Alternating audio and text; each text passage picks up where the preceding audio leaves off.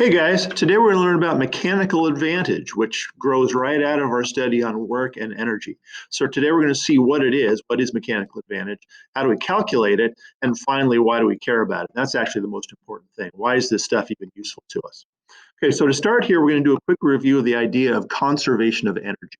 So if you're walking up a hill, you're doing work to push yourself up the hill. The work that you do is the force that you apply to yourself to lift yourself against gravity, times the distance that you travel. And when you get to the top, you have potential energy. What we saw before is that the work you do to climb is the same as the potential energy that you have. Okay, so the work that you put in is equal to the potential energy that comes out of this interaction. Another way we've said this is the joules that go into the system are the same the joules that come out of the system. This time that comes out in the form of potential energy in you that you can do whatever you want with. Like you can jump down here and make a big splash when you hit the water down below. Okay, yes, so simple machines, which you may have seen before in elementary school or maybe in middle school, use this principle. They take advantage of the idea of conservation of energy, that the joules of work that you put into the machine has to come out someplace. And if you design the machine right, you can make the machine do something that is very useful by harnessing this principle of conservation of energy. So the idea is that work is force times distance. Work is force times distance. We know that. And it is possible, if you design your machine right, that you can make a small force move across a very large distance and produce some number of joules of work. And the same number of joules have to come out of the machine. And if you, like I say, if you design it right, you can make it so that you make an enormous force that moves a small distance. But since it's the same amount of work in both cases, physics is okay with it. One of my students a few years ago abbreviated this as finned in and fout out. The force in times the distance in, it going into the simple machine, is equal to the force that comes out of the machine times the distance that the object moves. So finned in equals fout out. It's a kind of a useful mnemonic if you want to go with it. So let's look at this again in terms of the ramp. This is what we just summarized before. But a ramp is actually one of those simple machines because, as you know, it's easier to walk up a ramp than it is to climb a ladder. And the flatter the ramp is, the easier it is to walk. And the reason it's easier is because the distance is so much greater. Since the distance is longer, the force that you have to apply to lift yourself is less. So if this slope, the length of this slope, is twice the height of a ladder that you would have to climb to go straight up, you only have to apply half the force. Because you can do half the force for twice the distance is the same amount of work, it's the same amount of energy as all the force in half the distance. That's why it's easier to walk up a gradual slope, because a ramp is a simple machine. Okay, let's see. So mechanical advantage is the way we hang numbers on these simple machines to see how much they help us, how much they reduce force to lift things or to do things, accomplish things. And the way we do this is the ratio. Mechanical advantage is the ratio of the force that comes out of the machine divided by the force that you put into the machine. So if this machine that you design will apply 100 newtons of force to something, and you only have to apply 10 newtons of force into the machine to make it work, then the mechanical advantage is a 10-to-1 ratio, because this fraction will reduce down to 10-to-1. And normally we always reduce a fraction so that one of the numbers is a 1. In this case, it's 10-to-1. Now, you can also use a simple machine to multiply force, or rather to reduce force, but increase distance. An example of this, actually, I think I can show it here in the video. You've actually evolved to have simple machines in your body. All of your joints and all your muscles, they really are all simple machines. So, like your elbow here, you have a very, very strong bicep. That's the muscle in your upper arm here. It's very strong, but it really can't move very far. The muscle itself can't move very far. So when I contract my bicep here to bend my arm, I'm only shortening the length of my bicep by maybe an inch and probably not even that much. And I can't do much by if I can only lift things an inch at a time. So your elbow has evolved so that when the bicep contracts a short distance, your hand moves a long distance. The trade-off, though, is that while your bicep is enormously strong, you can't lift as much force on the end of your hand.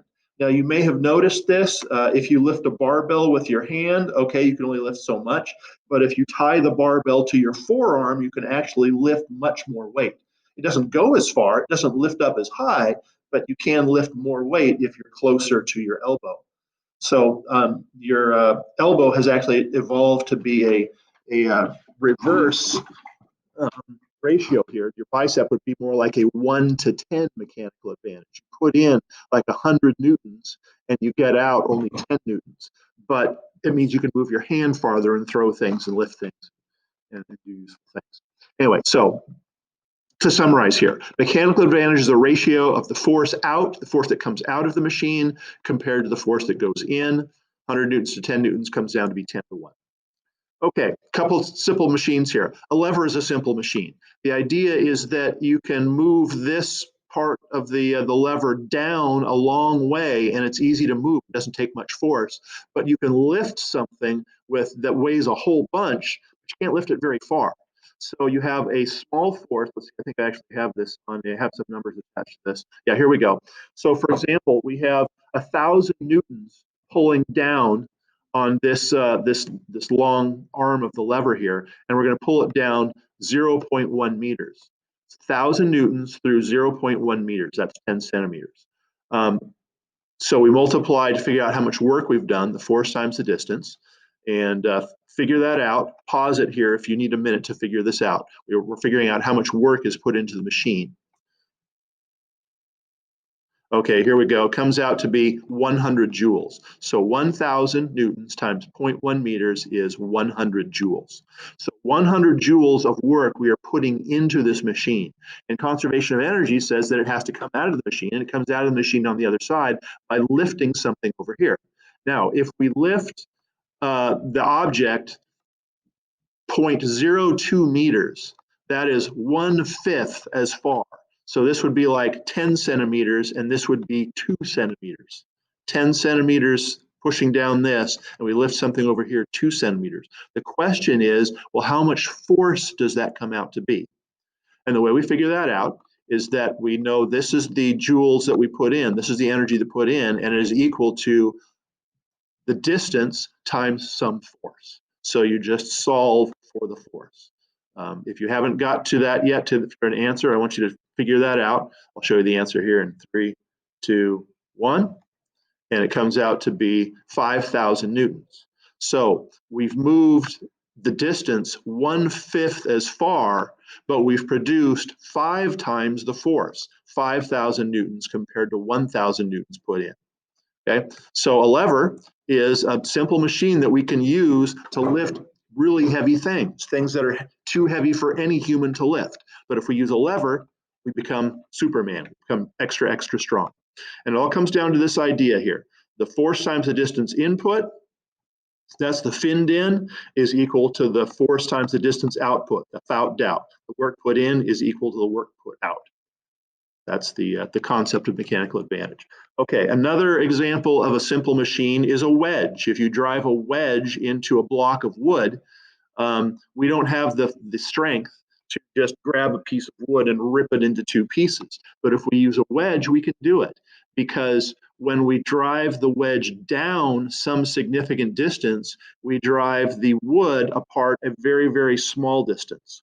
And if we apply a large force to the wedge to drive it down some significant distance, we have an enormous force pushing the wood apart. Even though doesn't go very far, it's a gigantic force, and it's enough to tear an oak log into pieces. So a wedge is another example of a simple machine. Okay, another one that's interesting is a block and tackle pulley system. And this is a diagram here that's going to be useful to you a little later on when you do the lab. The idea here is that you have a line that runs around pulleys, and you can use this as a force multiplier. This is a 1-to-1 ratio. This is a 2-to-1 mechanical advantage, 3-to-1, and 4-to-1. Now, the way this works is that the tension in a string is the same everywhere. If you pull on this string with like 10 newtons of force, then there's 10 newtons of tension everywhere in that string, because that's just how strings work. Now, you are pulling down on one string with 10 newtons. But in this example here, there are two strings holding up this pulley. This pulley is being held up by this side and by this side. And it's just like, Nellie Newton hanging from the trapeze. If there's two lines supporting that trapeze, her weight is distributed evenly between those two strings. In this case, we have put 10 newtons of tension in each one, which means that this block is being pulled up by 20 newtons. We have one string pulling down, but two strings pulling up.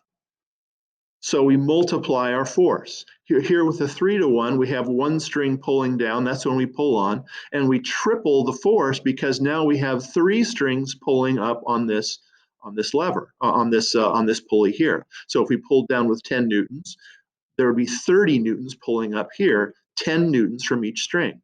The 4-to-1 would be pulling up with 40 newtons, and that's how we do it. Now the trade-off is that the weight rises more slowly. When we have to pull the string down a long way to get the weight to come up very far. I have a diagram of that right here.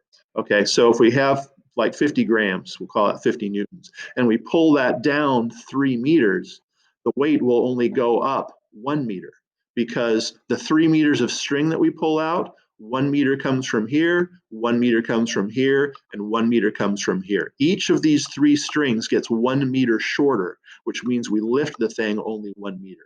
So we are trading small force for a long distance, trading that for a big force for a small distance. And the more times we go around, the more we multiply the force and the slower the thing lifts. But it does lift. Now, why do we care about this? Because we use this in the real world. This isn't just some theoretical lab thing. This is what we actually do with real devices. This is a super heavy lift crane for perspective here. This is a full-size van down here. This is a full-size truck. And this gigantic crane is able to lift an enormous pile of concrete blocks or whatever these things are. And the way they do it is by having a cable that goes around and around and around a whole bunch of times. You just hook it up to a winch over here and just reel in the line, and it very, very slowly lifts up a gigantic weight. Here's another one. This is a ship. This is a prefabricated factory. This is multi-story. You can see the handrails here. Those are normal size handrails. So this whole thing is probably 8 stories high. And what they've done is they have a crane that lifts it up and slides it over, and it's going to set it on the blocks on this cargo ship, and they're going to sail this factory to another part of the world, set it down on the beach, and they have a factory there. So by using pulleys and strings, if you have patience and you have enough cable, you can lift gigantic weights. Okay, that's what we've got. We learned about mechanical advantage, what it is, how it works, and you're going to observe really a lab where you normally would get to play with this stuff, but you get to see me do it, and we'll see how it works. Anyway, thanks for your time, and we will see you next time.